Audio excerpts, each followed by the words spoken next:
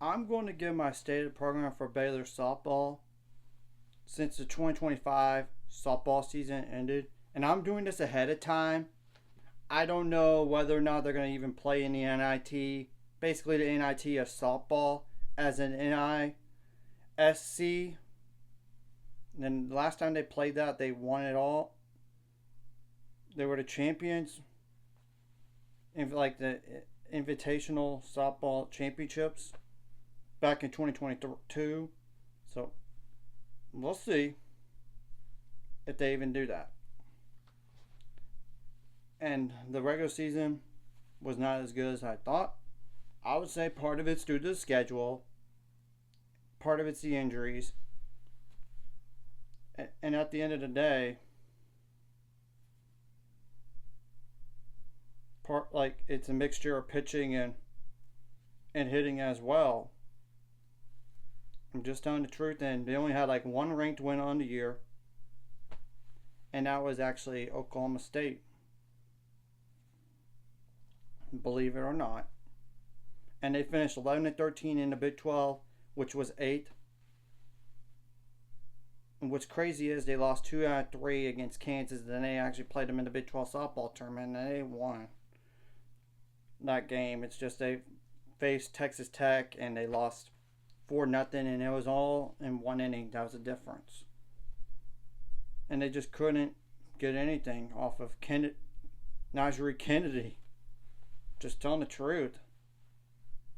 In terms of hits and all that. So, and I knew prior to today, or the last game, they had to go at least to the championship game to even sniff possible NCAA tournament. Now, obviously, winning the Big 12 tournament, they're automatically in, but you get my point, because their RPI was number 55 prior to the game against Texas Tech. I will say they turned it on in the end of the year, and what really hurt them was losing Iowa State at the very end of the year, 2 out of 3. That did hurt. I'm not going to deny that part. Now, how many seniors will they lose? Well, they did honor 11 of those, and I know on the roster it shows 12, but Casey West didn't even play all year. I don't know if it was due to injury and she's redshirting, or she stepped away from the game, and all that. But she would be like a pitcher. And another reason for Ryan on the struggle, Darion Orm was never the same coming off of that injury. Never the same pitcher when she was healthy. And I'm sad that her career ended like this. So, they do have like 12 seniors, like I said, but they honored 11 in terms of players. And 2 of them went to JUCO, so technically they have another year of eligibility. That is if they want to use it, whether at Baylor or somewhere else. And we'll see about that. And I'm just going to go ahead and mention all the Big 12 here. Texas Tech, crazy enough, they only have like 2 seniors. And it's not even Najee Kennedy as one of them. It's not. She's a junior. Iowa State has 2 of them. Oklahoma State has 5. And this is a down year for Oklahoma State. I mean, when you look at the ranking and where they're in the conference, because they're usually like a regional type, like hosting a regional. This year, I don't think they will be. Now, Texas Tech will be for sure. I mean, possibly, depending on the RPI. And Arizona has 4 seniors, and they could very well host. UCF is probably like another NCAA tournament team, and they actually won 2 out of 3 against them. Baylor did. They have 4 seniors. Arizona State has 3, and Baylor did lose twice to Arizona State, but they won the other game pretty handily. And BYU has 6 seniors, and Baylor won 2 out of 3. Against them. And Utah, the worst team in the conference, one of the worst teams in the conference, had 4 seniors, and Houston has 1, and they're definitely at the bottom. And we'll see about if there's going to be any other like a coaching change for Houston potentially, and all this. So we're going to wait and see. And obviously, some big losses would be like a Lily Walker for Baylor, a Shayla Govan, Tariah Coleman, Presley Pylon.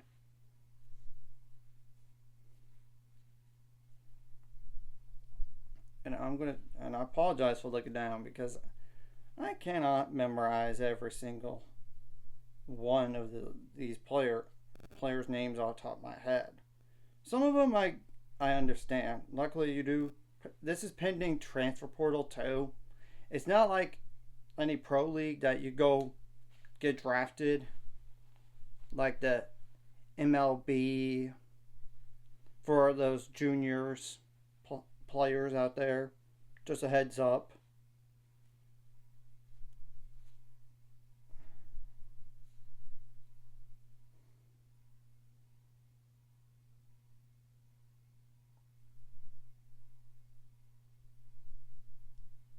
Yeah, Walkendorf. Yeah, she was she started like 42 games out of 51.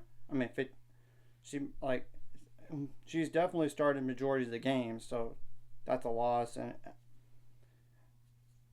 right there, and Abby Flores, yeah, she's only a sophomore, which that's huge.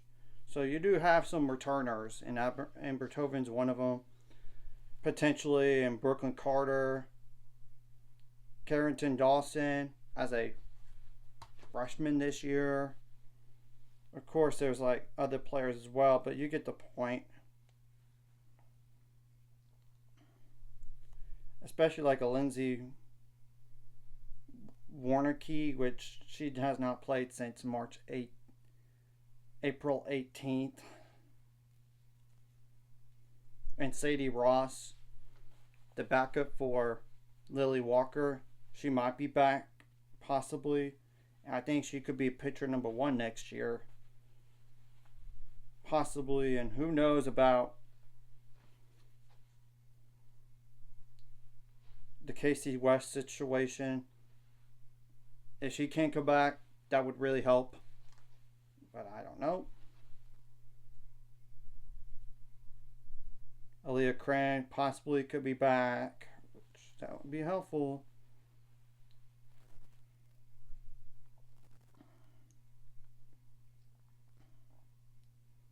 Faith Piper as well could be back.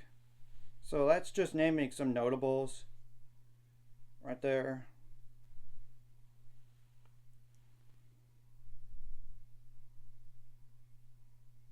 We're going to have to obviously wait and see what happens.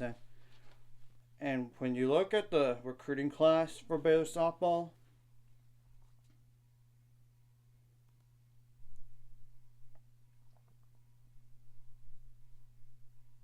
they have 7 of them. None of them are pitchers. I mean, how many catchers they technically have? Like two of them, but one of them could play outfield as well. And that's Gianna Guzman. The only catcher is like Charlie Esperanza. And there's like Harper Haas, Jaden King are outfielders.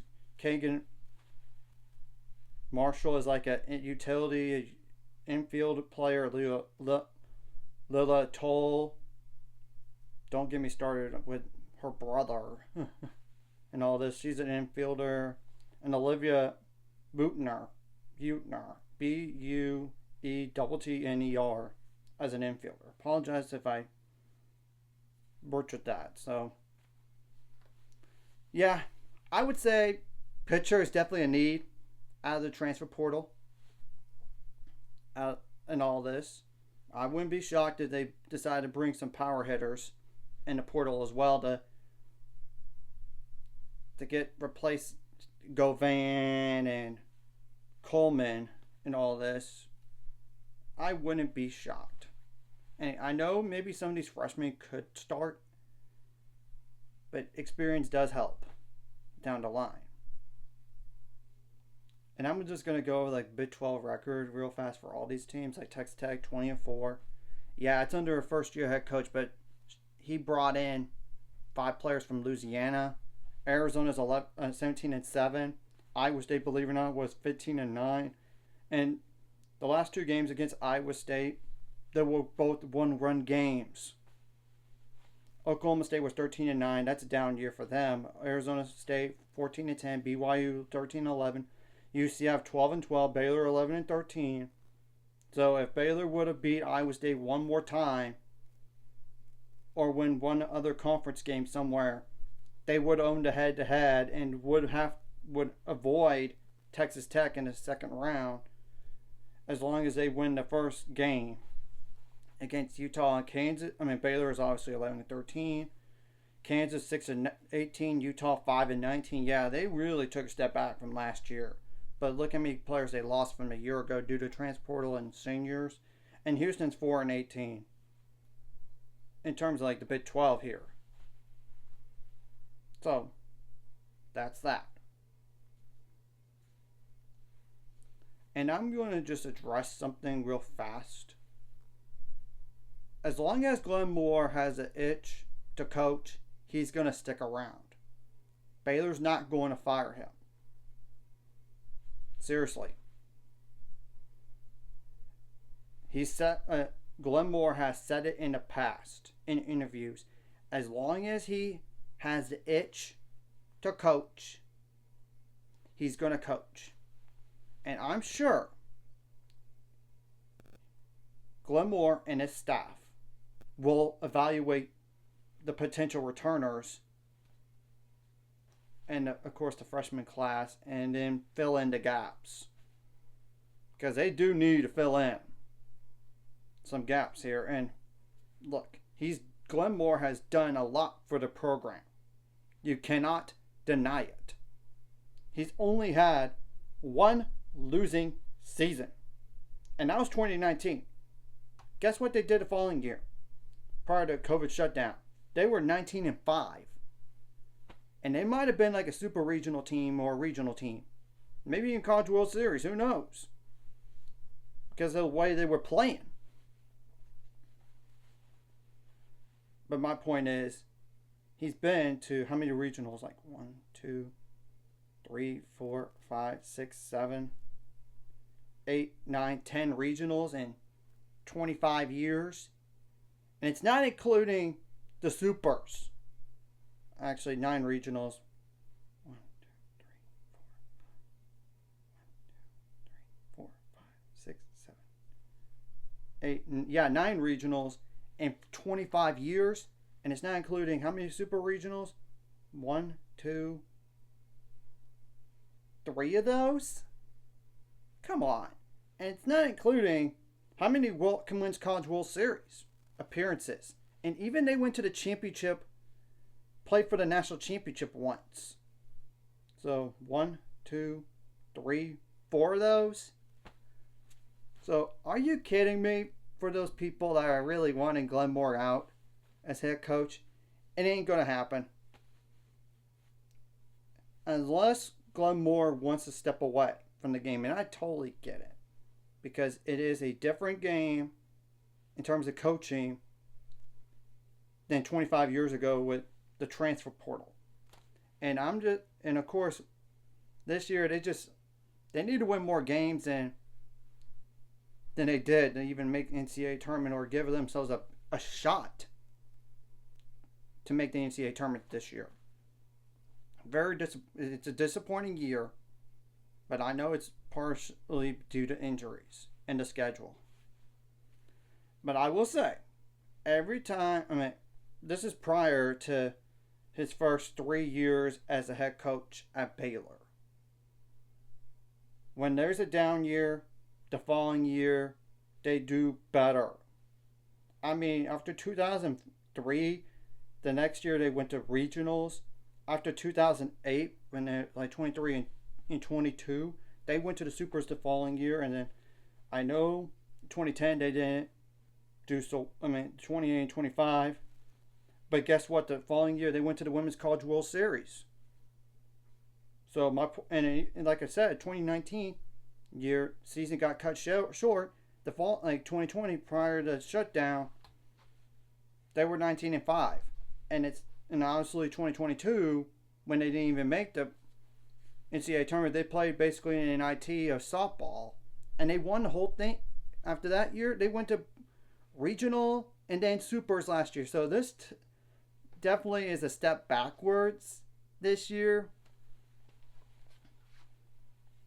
But look, I trust Glenn Moore. He's done too much for the program for me to not to trust him. Maybe there'll be some changes like down the line. And look, Glenn Moore is currently 58 years old. I mean, I think he could coach another 5 years if he wants to. If he wants to. Or even longer than that. But my point is, Baylor is not going to get rid of him all because of one bad year. Seriously. And I trust Mack Rhodes on this, and I'm sure there'll be discussions behind the scenes on what happened and how they're going to address this and get better. And this is only year one without Texas, Oklahoma, and the Big 12. And the Big 12 in softball is not as good as the SEC. Though it is competitive, it's just from top to bottom, and ranking-wise, it's not as good. So I would address all those haters on Glenn Moore to calm down. They literally went to the Super Regionals last year for the first time since 2017. Seriously. So we're going to have to wait and see what happens. And the transfer portal does open up. What day, you ask? May 18th. And it'll last till June 16th. In terms of the entering part of it. And obviously if there's a new head coach, the transfer portal does start over for another 30 days. I'm not saying that for Baylor side of things. I'm just saying that in general. I mean, so we're going to have to wait and see what happens. So anyways, if you like Wisconsin, hit the like, subscribe button. See you guys later on the road to 800 subscribers. Of course, ultimate goal is 1,000 or more. Some of my this course like video, comment video really helps YouTube algorithm. Some more people see it. Share the video does help as well. Some more people could watch. And if you're watching and not subscribe, hit subscribe button. It's free notification bell as well. So to me, it's obvious. Pitcher is definitely a need. Get a starter type and not just a starter type, maybe like an ace type. And you got to have depth at that position because you don't want to deal with the stuff you have been dealing with these last few years with the pitchers. I mean, being lower on numbers and too much volume on those pitchers. It does hurt them and increases the chance of injury, let alone the batters get used to it. The pitchers and like one bad pitch and they capitalize off of it. So we're going to have to wait and see what happens. And this is ahead of time in case they don't play and basically the NIT of softball.